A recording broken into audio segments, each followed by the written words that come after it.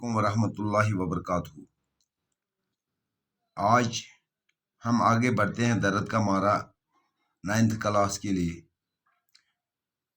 پہلے بچوں، امید ہے کہ آپ خیریت سے ہوں گے اور کووڈ-19 کے SOPs کو لاگو کرتے رہیں گے تاکہ اس وبائی بیماری سے نجات حاصل ہو سکے۔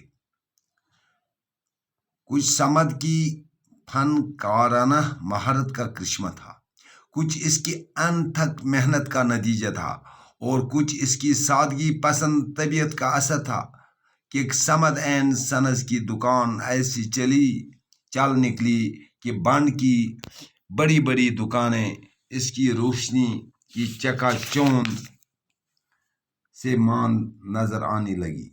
تھوڑے عرصے کے بعد سمد صاحب حیثیت اور صاحب جائیداد لوگوں میں شمار ہونے لگے۔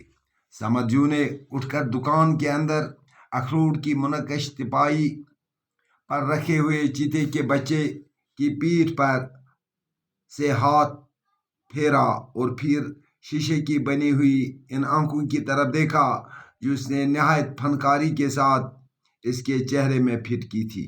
پھر اس کے منہ پر لگائے ہوئے ان بالوں کو دیکھا جو ایک ایک کر کے بہت احتیاط کے ساتھ اس نے 15 دن میں لگائے تھے۔ پھر انگلی سے اس کے منہ کے اندر لگائے ہوئے چھوٹے چھوٹے تیز نوکیلے دانتوں کو چھوڑ کر دیکھا۔ ہاں، واقعی چند قدم کی دوری پر ہر دیکھنے والے چیتے کا یہ بچہ ایسا نظر آئے گا جیسا ابھی یہ دہنا پنجہ آگے بڑھائے گا اور جست لگا کر اس اخروٹ کی تپائی سے کود پڑے گا۔ اس لڑکی کو بھی دکان کے باہر ایسا ہی نظر آیا ہوگا۔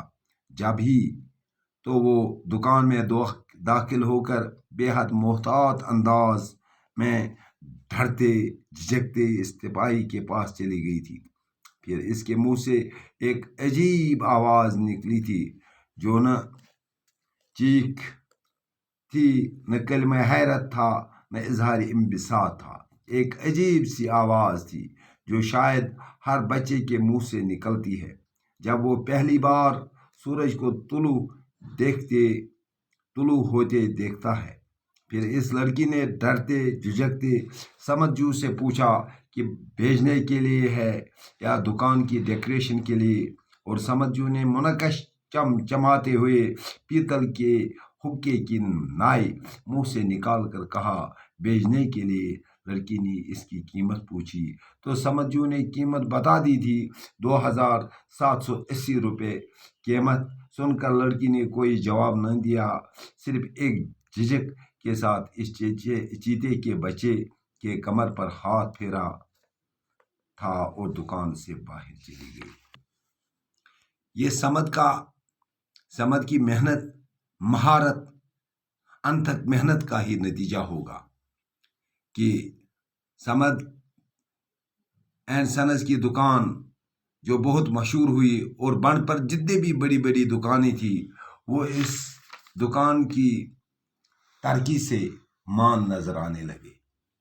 اب جو بھی صاحب رسوت لوگ تھے، امیر لوگ تھے، جیسے جوگ در جوگ سمد اینڈ سنز کی دکان پر آتے تھے۔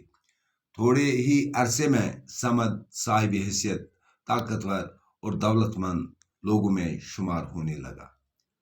سمد اخروٹ کی منقش تپائی پر رکھتے ہوئے جو اس نے کاریگری کی تھی، جو اس نے چیتے کا بچہ بنایا تھا، اس کی فنکاری جو تھی اس کی طرف دیکھا اور اچانک اس کا احساس اس چیتے کے بچے کی طرف ہو گیا اور اس نے اس کے بالوں کو دیکھا، پھر احتیاط کے ساتھ اس کی آنکھوں کی طرف دیکھا، پھر اس کی جو اس نے اس کے بالوں پر بہت احتیاط سے بال لگائے تھے، اس کی مونچھیں بنائی تھی، ان کو دیکھ کر وہ حیران ہو گیا تھا اور خود سوچ رہا تھا کہ یہ چیتے کا بچہ جیسے مجھے دیکھ رہا ہے، سمد کو دیکھ رہا ہے، کہ جیسے یوں محسوس ہو رہا ہے کہ چیتے کا بچہ جیسا زندہ ہے، ایسی کاریگری تھی، ابھی اس تپائی سے پنجہ نکال کر باہر نکلے گا۔